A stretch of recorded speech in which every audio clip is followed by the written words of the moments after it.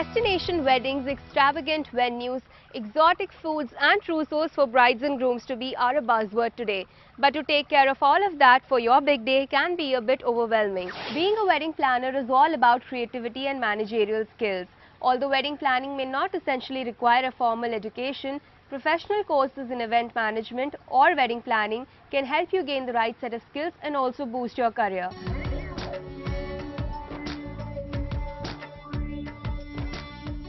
From planning a bachelor's bash in the hot and happening city of Vegas to arranging an extravagant beachside wedding, wedding planners play a dual role of a coordinator and an event planner.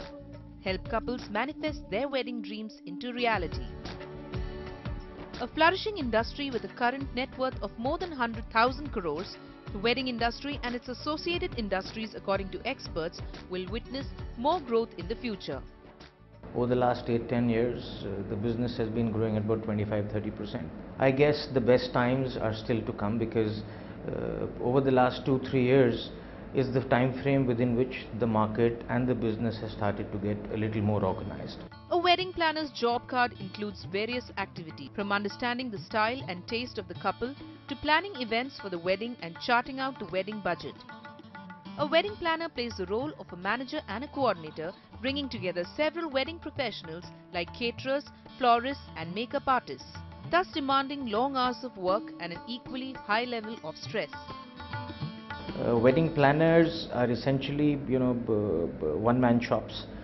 They kind of work closely with the family, suggest them who to use, who not to use, what to do, and operate generally like that. Wedding management companies, on the contrary, are enterprises that are more driven to render comprehensive and complete solutions. And they get involved right at the inception stages of the card, selection of venues, etc. And their job responsibility finishes when the last guest has departed. Wedding planning does not necessarily require formal education. However, experts suggest a certificate course in wedding planning or event management can be helpful in gaining the necessary skills and industry exposure. I would suggest for anybody getting into wedding planning to do a basic degree first. So you have a graduation, and on that you can then get into a postgraduate degree in, say, event management, and then specialize in wedding planning more as an expertise that you develop as part of the work experience you get when you do when you do event management. There are people who get into wedding planning after doing a course in, say, hospitality or a course in mass communication. These could be other avenues by which you can then get into wedding planning. The curriculum usually covers areas of study in planning and marketing events, designing wedding budgets and studying wedding trends, among others. Careers in wedding planning can be diverse and demanding. They are also considered to be among some of the most well-paid jobs. It's become huge even in terms of the kind of expenses that people normally spend on a wedding. So a large part of it is that. And there are even specializations within wedding planning. They have experts who come in to do just the decorations. There are experts for catering. There are experts for wedding cards or wedding gifts. So each of these are also expertise that is brought in to make and enhance wedding planning. While many wedding planners or wedding consultants are usually self-employed, some also prefer to work for big wedding consultation companies and hotels. With Richa Sujatia, Sharon Alex for NDTV. Wedding planning is all about bringing together professionals like makeup artists, bridal wear designers, caterers, florists and so on. But you've really wondered who are the masterminds behind the themes, color schemes and flavors of a wedding, then we bring to you vis-a-vis with just the right people.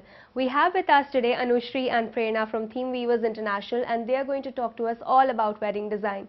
Anushri, why don't you take us a bit back in time and tell us how did you come up with Theme Weavers? When we started off, we figured that there were many people who wanted celebrations which were themed, where someone walked into a space and did not really have to guess what they're about to experience or what they're experiencing. So we walked into many such occasions where we had to really brainstorm and figure out as to what really the theme was. Yeah. Because themes those days were considered as colors, a few balloons, sometimes just a few flowers depending on what the occasion is. Of course. But at the end of the day, it was disappointing. So when we thought of theme weavers, we thought of a place where people can come in and think of a concept and think of their dreams, and it'll be executed. So it was animals, and I was at Havelock, and I just thought when I was at that place that this is all our theme is. So themes are from dreams and are from real life. Prerna, why don't you also tell us what do you guys exactly do? I mean, what is a wedding designer's job like? Sure. So a wedding designer's job basically is when you meet the couple, you meet the parents, you talk to them and you understand what has been their dream all around since the daughter or the son was born. So we speak with them, we understand what is that they are expecting, and then we design an experience which matches their requirements. So some people really want a very, very huge wedding set. So we will try and understand that and design it accordingly. Some people say it should be very subtle, very, very subtle, but yet very professionally done. Right. So we kind of try and match that. You guys call yourself wedding designers. Now, how are wedding designers different from wedding planners? Up till say 4 or 5 years ago, there was no differentiation, and even as of today, lines seem to blur at many occasions. But we took this plunge of trying to create a distinction say 3 years back, when we said that it's not just going to be a planning service. Okay, planning services is also very important, because then you're orchestrating to bring all the elements, like you rightly said, a makeup artist, a caterer, a florist, and all of those people together. Yeah. Okay, but what do they come together to? What is the experience? So here at Theme Weavers, we create an experience, we design an experience. So you're actually laying the foundation stone, and from there is what stems, I mean, the entire house is built. Right. So a designer primarily puts together a thought onto paper and then follows it up all the way through to reality. Right. Whereas planning is of course the second step, post you've designed and you know what you want from that experience. You know, now that Anushri's talked about execution, I'm really wondering, like, how do you guys come up with designs? What are the key points that you have to essentially keep in mind when you are designing a plan for someone's wedding? Sure. So when we design, there are a few things we take in consideration. As we specialize in destination weddings, we take in consideration the destination being spoken about. What are the key features for that destination which are there? How do we highlight and marry the expectations of the family with the destination that we are looking at? And also, in a destination, what happens? A lot of people come from all around the country, or maybe outside the country. So also to give them a flavor of that destination while keeping in line the expectations from the family is how we bring about a design. Right. And once also we see the venue. So why we say that we like to design, and we like to design each wedding separately, is because there can't be a customized solution.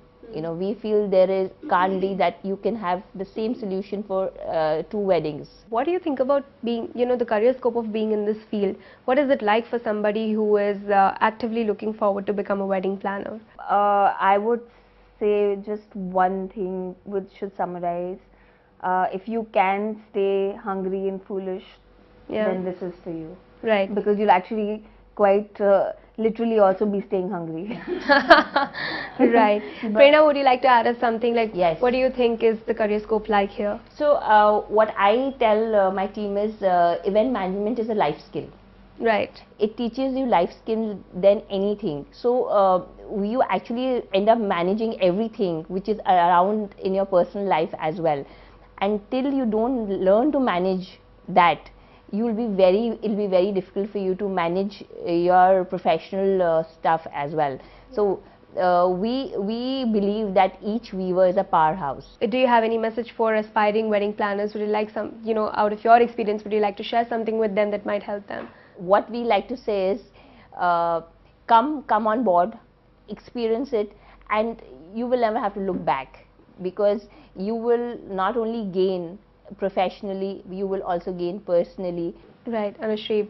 This field is so dynamic, so if you have to stay on top of your game, and that can only be done if you're very knowledge hungry. Alright, so Anushri has made quite a point there that wedding planning is not really, in fact wedding designing is not really the field for lazy, and you need to do a lot of hard work. Well, thank you so much both of you for being on the chat with us today.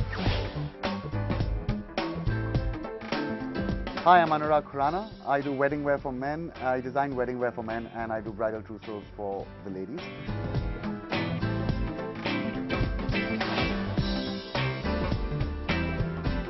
My education background is that I'm brought up in Delhi. I studied in modern Barakhamba. I was a pure science student. My mother's a doctor, my grandfather's a doctor. Thought I'd become one, but didn't pan out that way. From pure sciences, I went into arts. I did English honors, did very well, but didn't see me doing that either too well. Started doing my own thing, did some exports, first in a partnership, then my own thing. While I was doing my own thing, I did a fashion designing course.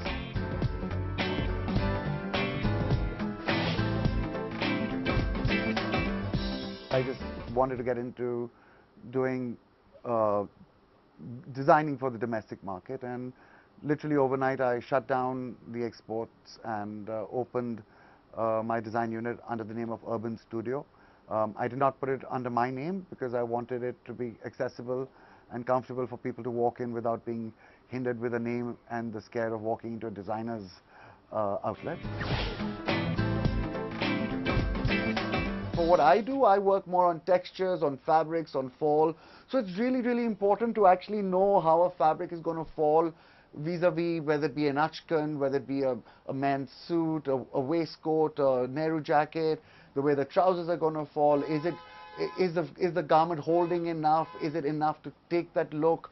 So those are important. Color palettes are very important. Well, I think they're very important because I feel that all colors don't suit all skin tones, and that's important, that you do need to know what is actually going to suit the other person.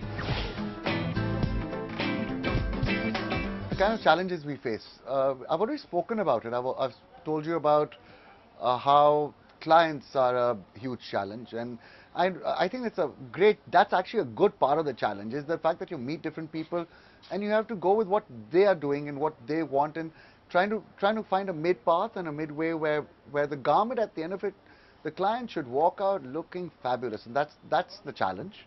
The second challenge again I spoke about is dealing, because I did mention it's labor intensive, it is a labor oriented industry. You are working with people who sometimes are tough to deal with. Designers are always wanted. This is something which is, this is an industry which is growing.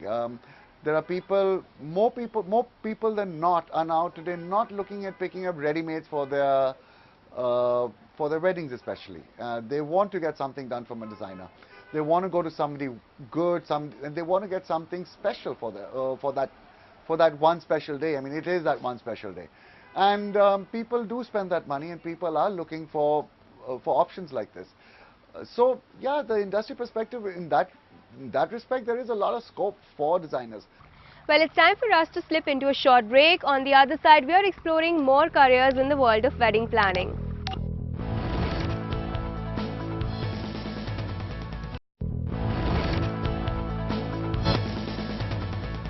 Entrepreneurship has touched almost every sector and industry in India, including the wedding planning industry. Now we bring to you an interesting story of a Gurgaon-based startup that's bringing together thousands of wedding professionals and millions of young Indian couples on a common platform and helping them with wedding solutions. Take a look.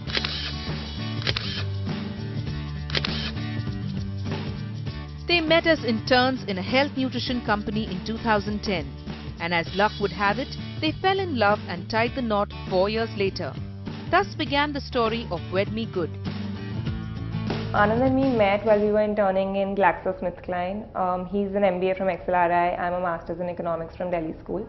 and coincidentally we were both interning in the marketing department, and coincidentally we were the only two interns who were allotted the same seat and the same laptop, so we had to kind of share laptops. And we just started seeing each other, and 4 years later we kind of got married. So when I was planning my wedding and I was looking for a makeup artist in Hyderabad, I had like the worst time and the worst experience, because there was no portal where I could just, you know, find reviews of what people are saying over there, how much do they charge, who's professional, what do their photos look like. So I had to literally make blind decisions. And while we were planning and we were, you know, we went through all these decisions, we realized that there's really nothing online to help people out there. And that's where I think the seeds of Wedding Good were first born. Meet Anand and Mehak Shahani, founders of WedMeGood, a wedding portal that makes wedding planning easy for millions of Indians by bringing together wedding professionals like wedding photographers, vendors and designers, among others, on a common platform. So when Mehak came to me with the idea of a wedding blog, we did a little bit of research, and I realized, you know, why just a blog, why not make it a full-fledged portal? We don't come from a wedding background, neither from a tech background, but we realized the need for a product like this. As of now, vendors register themselves, okay, create a profile on WedMeGood, and we are very much a marketing platform for them to showcase their work. Users who like their profile tend to contact them directly. The road to entrepreneurship is never an easy one, and like any other startup, WedMeGood also had its share of business problems. Getting genuine vendors on board and maintaining price transparency were some of the key challenges. Weddings in general are probably the last when it comes to like technology adoption, right? It's still an old school sector. So even if you're talking to decorators or photographers, like when we launched 2 years back, a lot of them didn't even have Facebook pages, for example. So convincing them to be on a portal is a huge task. Maybe with people like makeup artists and photographers, it's easy. But with some of the more old school players such as venues and decorators, it was very hard for us. The second thing is there is no transparency in pricing in this industry, right? And as a portal, we were very clear from the get-go that we need to make sure that customers know how much each person charges. So even convincing them to put up their prices online so that everybody could view it was like a huge culture shock for people. In its second year of operation, WedMeGood is now also available as a mobile app. With a current association of more than 3,500 vendors and 1 million users, WedMeGood looks forward to expanding its operations in India and abroad. With Richa Sujatia, Sharon Alex for NDTV. We have with us Ishan Suri from Art Photo Studios. They are a creative production house and specialize in wedding photography and videography. Ishan, welcome to the show. Thank you. Ishan, please tell us a bit about how you started off with Art Photo Studios. You know, was getting into photography and videography always your first choice, or how did it happen? I think as the industry has evolved and as the market has evolved, and most importantly as the customer and the couples are becoming more educated about what they want, we have specifically converted converted or upstreamed into production, because the difference what we say between production as well as production and photography and videography is that photography and videography is still an execution or a last mile task, okay? And by that I mean that if, you know, especially in a wedding, if you say my wedding is on the 1st, 2nd, 3rd of December, a photographer or videographer would just show up or would plan a bit and show up and shoot.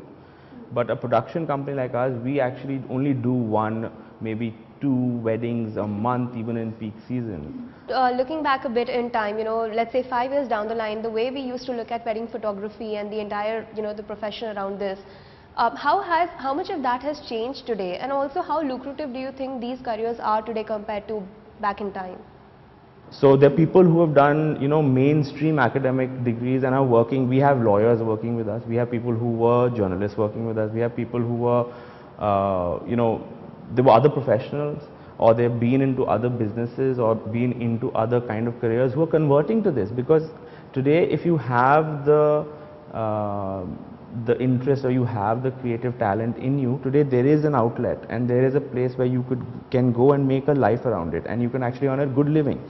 So a lot of young people are converting to it. There's a lot of demand in the industry. Alright, Ishan, a quick wrap on the chat now. If you were to give a few career tips to people who want to start off as wedding photographers, what would you want to say? Practice as much as you can on your friends' weddings, before you actually start taking on commercial contracts, start small. Don't waste money on technology and equipment. The more equipment you have in your bag, the more confused your creative work would be. The last and final rule, make your wedding contract with your couples and your freelancers very clear on what you expect to give them, what you will do, what you will not do. So that was a lot of valuable information from Ishant today. Ishant, thank you so much for being on the show. Alright, it's time for us to say goodbye. Catch up with us next week on a brand new show. And in the meantime, do write into us your feedback on mindspace@netv.com and follow us on our Twitter and Facebook pages. Catch the Heads Up episodes you might have missed during the week at these times only on NDTV Prime.